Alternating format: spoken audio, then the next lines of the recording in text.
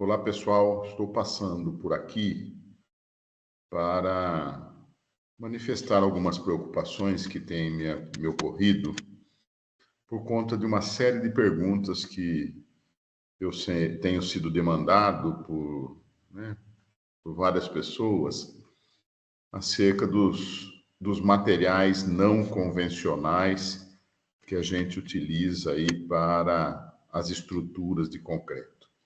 Particularmente no que diz respeito às fibras descontínuas, né? Elementos de fio, né? De fio que são segmentados, colocados dentro do concreto e misturados e aplicados nos elementos estruturais, bem como das barras de polímeros reforçados com fibras, né? Esses polímeros, barras de polímeros, em geral, são com fibras contínuas de vidro, né? Que com o processo de pultrusão com uma resina acaba se transformando numa barra. Também as aplicações das fibras, se é um concreto convencional, a gente normalmente usa como chama de um concreto reforçado com fibras. E quando ele tem um concreto com uma resistência extremamente elevada, hoje está aí colocado no mercado como UHPC. Né? São todas essas possibilidades que fogem um pouco daquilo que, tradicionalmente, eu, como professor da PUC de concreto armado, desde 1988, ensino concreto armado, que é aquilo que é convencional, né? Além do concreto armado, tem o concreto protendido, mas o concreto armado, que é concreto mais aço, que solidariamente formam um sistema, e esse sistema a gente utiliza aí nas estruturas de concreto em larga escala. E é o que a gente chama de estruturas convencionais. Quando a gente se depara com esses materiais não convencionais, surgem muitas dúvidas, alguns. Imaginem para mim que trabalhei aí ensinando e trabalho ensinando o concreto armado aí há mais de 35 anos. Também, em alguns momentos, não foi fácil fazer a transição para novas situações de aplicação. Mas, particularmente, com o concreto reforçado com fibras, eu trabalho desde 1995. Então, uma jornada aí de 30 anos, não só eu, mas outros profissionais, outros amigos e professores, pesquisadores que, assim como eu, lá em 1995, estávamos iniciando uma série de aplicações aqui, conhecimentos, estudando no Brasil para fazer essas aplicações. Agora, nós vivemos um outro momento e a demanda por esses novos materiais tem sido muito intensa, né? E a preocupação que eu manifesto é no sentido que nós somos engenheiros. E como engenheiros, a gente se depara com engenheiros que preferem ficar nas situações convencionais porque se sentem mais confortáveis. É legítimo isso e tem que ser respeitado. Assim como tem outros que gostam de saber, gostam de ter outras alternativas, inovações e uma série de aplicações que desperta curiosidade, interesse. E uma grande gama de profissionais mais jovens, com menos experiência ou com mais experiência. A questão da experiência não é um impeditivo para avançar nas aplicações. O que eu acho que é mais impeditivo para avançar nas aplicações é um pouco eu tenho observado isso com muita intensidade, a falta de uma análise crítica por parte de engenheiros, sejam eles de que ordem, mais experientes ou menos experientes, uma análise crítica da questão técnica. E por conta de encontrar soluções que sejam economicamente viáveis, relativizam aspectos técnicos. Isso não pode acontecer. Isso me preocupa bastante, porque a gente começa a se deparar com situações que podem levar ao longo, né, da vida útil da estrutura, situações que podem ser preocupantes. A minha manifestação aqui é no sentido de chamar a atenção para que a gente aplique com critério, para que a gente estude os materiais novos que estão acontecendo aí no dia a dia, que a gente não perca de vista que os engenheiros são para fazer engenharia, e pela engenharia a gente chega a soluções técnicas e economicamente viáveis. Não é o contrário. Não é a partir do valor econômico que a gente chega na técnica.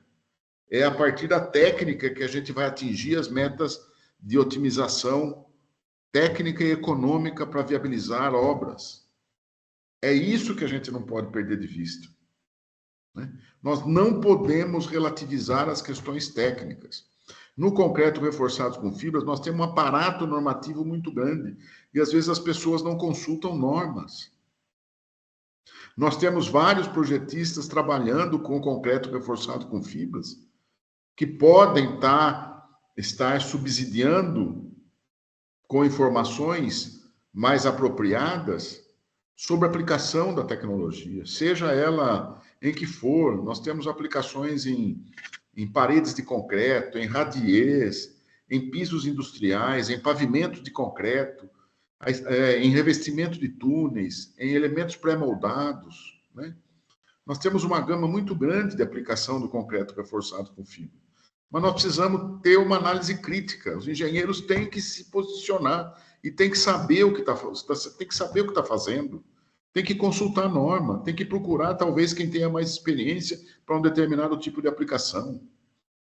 Às vezes eu percebo tanta gente dando um joinha, um ok numa publicação nas redes sociais de verdadeiros absurdos que estão colocados. Nós precisamos tomar cuidado. Nós precisamos tomar cuidado com isso. A gente tem que utilizar a nossa inteligência a favor da gente. Mesmo que a gente esteja no momento em que a inteligência artificial está tomando parte da nossa vida, mas nós não podemos ser artificiais na nossa inteligência. Nós temos que usar a inteligência a nosso favor, mesmo artificial, de uma forma crítica, com uma análise adequada.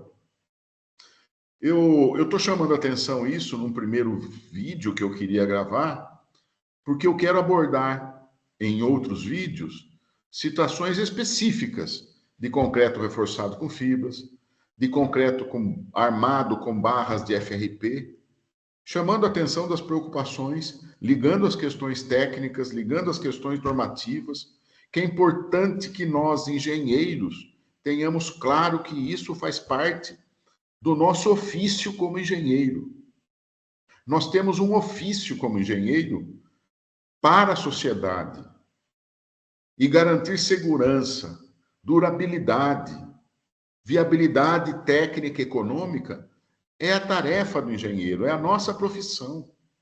Nós não podemos relativizar a técnica a qualquer custo. Não podemos fazer isso. Eu estou chamando a atenção nisso porque isso me preocupa como profissional de engenharia, como professor da área de estruturas de concreto, como profissional da área de projeto, de análise de materiais, como pesquisa que a gente tem trabalhado comigo ou com outros que a gente tem procurado orientar. Mas eu queria conclamar a todo o meio técnico, para que a gente tenha critério, para que a gente não fique dando ok em rede social sem saber o que está fazendo.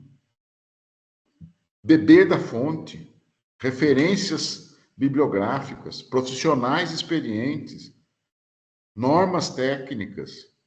É importante que a gente tenha isso em mente, que isso é uma situação que a gente possa ter ao longo da vida, todos esses... Eu estou chamando a atenção dos materiais não convencionais, Mas isso vale para qualquer tipo de sistema construtivo, de estrutura, do concreto armado, do concreto protendido, do que quer que seja. É o exercício da engenharia, seja para solução convencional e não convencional. Eu estou particularizando a questão dos materiais não convencionais porque são preocupações para que a gente tenha vida longa. Nós temos um aparato normativo que garante que a gente aplique a boa técnica, que a gente avance com as soluções, que a gente seja inovador, que a gente encontre soluções tecnicamente e economicamente viáveis, seja para os clientes que a gente presta serviço, seja para a sociedade, que é a qual deve se beneficiar de todo esse trabalho de nós, profissionais da engenharia.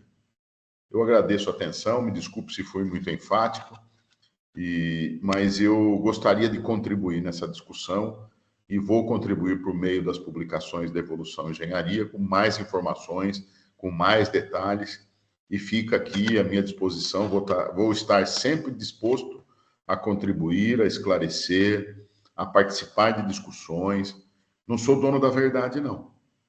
Mas a gente tem que colocar na discussão, no meio técnico, todas as nossas questões para que a gente vá construindo coletivamente possibilidades para a engenharia na área de estrutura, especialmente para aqueles materiais que nós estamos trabalhando que fogem do convencional que a gente está acostumado. Obrigado pela atenção e até uma próxima oportunidade.